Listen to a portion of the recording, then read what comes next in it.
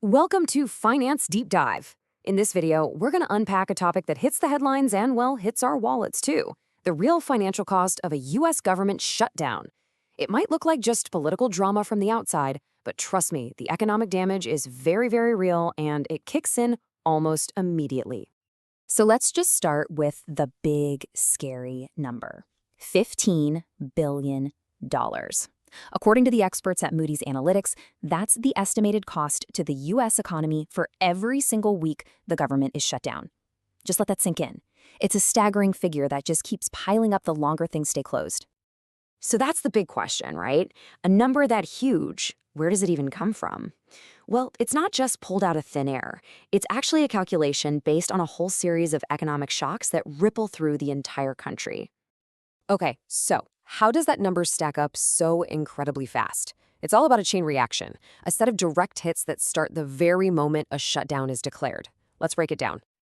To put it simply, a shutdown happens when Congress can't agree on a spending bill. When that happens, the money tap for federal agencies gets turned off. That means services we rely on slow down or just stop completely, and hundreds of thousands of federal employees get sent home without pay. And that, right there, is where the economic pain really begins. So here's how that immediate chain reaction plays out. First, all those furloughed workers, they stop getting paychecks, which means they're forced to cut back on spending in their communities. Next, government contracts get frozen, which is a massive blow to thousands of small businesses that depend on them. Then, tourism takes a nosedive as national parks and museums have to shut their doors. And finally, all this chaos creates a ton of uncertainty in the financial markets, which makes investors nervous and really damages consumer confidence. And this right here shows the long-term risk. Analysts are warning that if a shutdown drags on for more than a month, it could slash the nation's GDP growth by nearly 0.4%.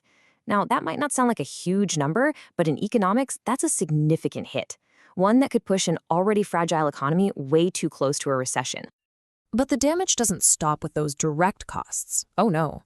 Those create a ripple effect that spreads far, far beyond Washington, D.C., and touches pretty much every corner of the economy. Just think about it for a second. Big infrastructure projects get stalled because no one's there to issue permits. Critical assistance for farmers, veterans, and students gets delayed. And get this, even the Federal Reserve can't get the data it needs, making it way harder to accurately track things like inflation and jobs. One analysis really summed it up perfectly.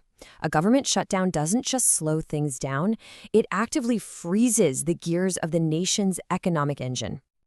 So why is this conversation so important right now? Well, because none of this is happening in a vacuum. The timing of a potential shutdown could not be worse for the U.S. economy.